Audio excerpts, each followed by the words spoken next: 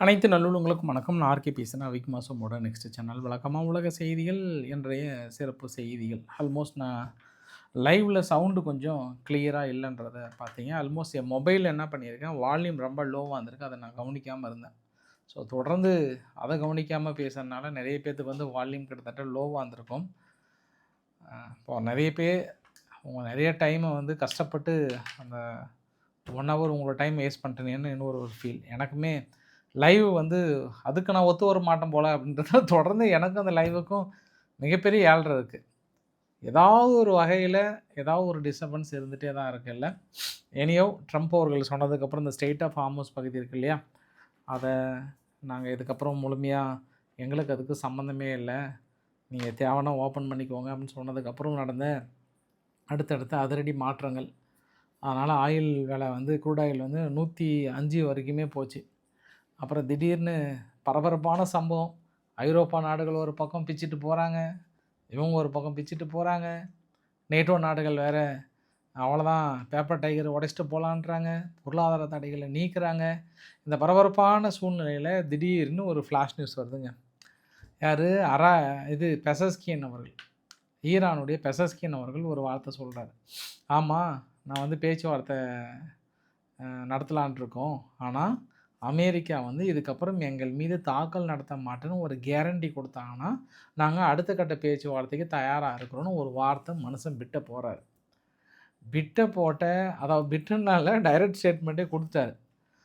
கிட்டத்தட்ட ஒரு 105 வரைக்கும் போன அந்த க்ரூட் ஆயிலோட விலை இந்த நியூஸ் ரீச் ஆன அடுத்த 5 நிமிஷத்தில் க்ரூட் ஆயில் 100 வந்துருச்சு.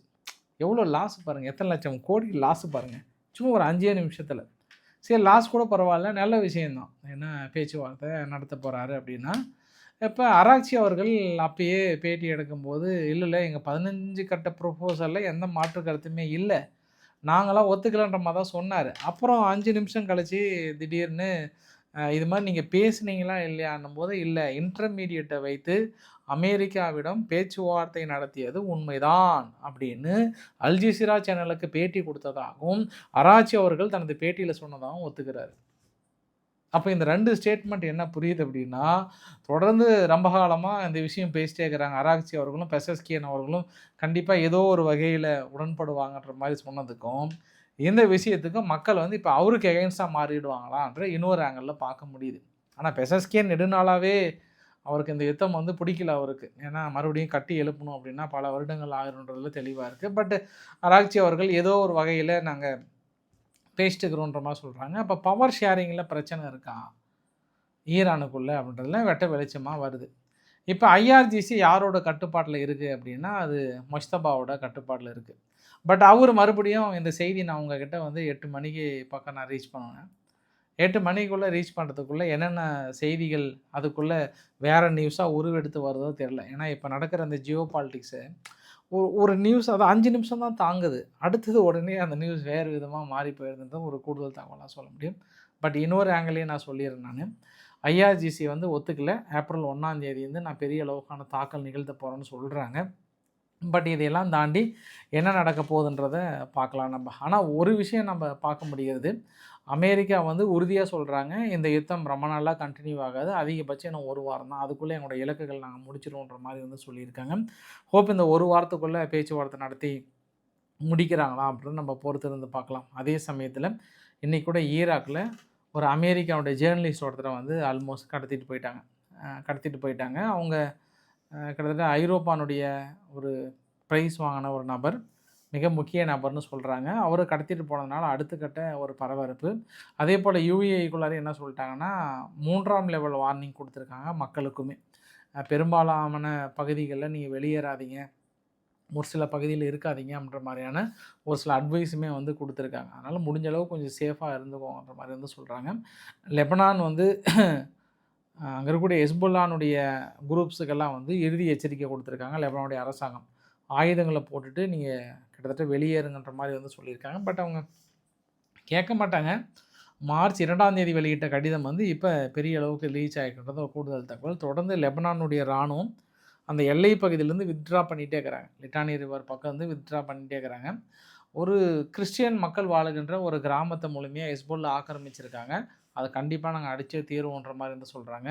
தொடர்ந்து இப்போ கூட ஹெஸ்புல்லா வந்து 40 ராக்கெட்டுக்கு மேலே இஸ்ரேல் மீது ஏவி இருந்தாங்க. அதில் 2-3 ராக்கெட் வந்து டைரெக்டாக ஹிட் அடிச்சிருக்குன்றது ஒரு கூடுதல் தகவலாக பார்க்க முடிகிறது. அதே சமயத்தில் ஈரான் மீது நடத்தப்படுகிற தாக்குதலும் குறையாமல் தான் இருக்குன்றது கூடுதல் தகவல். அதை பற்றின டீட்டெயிலாக நம்மளுக்கு காலையில் பதிவுமே பேசிடலாம் நம்ம. தொடர்ந்து ரஷ்யா மீது தாக்குதல் நிகழ்த்திட்டே இருக்கிறாங்க. அடுத்தடுத்த நிலைகளை கொஞ்சம் கூட கேப்பே விடாமல் அடிச்சுட்டே இருக்கிறாங்க. இப்போ அமெரிக்காவுடைய தேவையை இந்த இடத்துல ஐரோப்பா வந்து விளக்கும் பட்சத்தில், அதாவது அமெரிக்காவுக்கும் ஐரோப்பாவுக்கும் ஒரு ரிஃப்ட் வந்துருச்சு, பிளவு வந்துருச்சு. அது இல்லாமல் ஸ்டார்லிங் நெட்வொர்க்கை வந்து பெருசாக டவுன் பண்ணணும்னு நினச்ச ஐரோப்பா வந்து இந்தியா கிட்ட வந்து ஒரு பர்மிஷன் கேட்குறாங்க. என்னென்னா எலான் மாஸ்க்கு தான் ஏற்கனவே ஸ்டார்லிங் மூலிமா நெட்டு கொடுத்துட்ருக்காங்க. யுட்செல் ஷாட் அப்படின்னு சொல்லிட்டு யுட்செல் ஷாட்னு ஒரு நிறுவனத்தின் மூலிமா ஒரு செயற்கைக்கோளை, அதாவது இணைய சேவை செயற்கைக்கோளை விண்ணில் செலுத்த இந்தியா விண்வெளி ஆய்வு நிறுவனம் வந்து பேச்சுவார்த்தை நடத்திட்டு இருக்காங்க.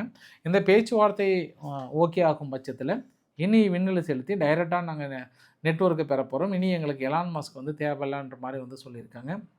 இந்தியாவில் இருக்கக்கூடிய அந்த சிசிடிவி கேமரா, நம்ம நிறைய சீனா கட்டு வாங்கணும் இல்லையா, சீனா கிட்ட வாங்கினது வந்து நிறைய ஆன்லைன் கனெக்டடாக இருக்கக்கூடிய இந்த சிசிடிவி கேமராக்கெலாம் பெரும்பாலும் வந்து தடை விதிச்சிருக்காங்க.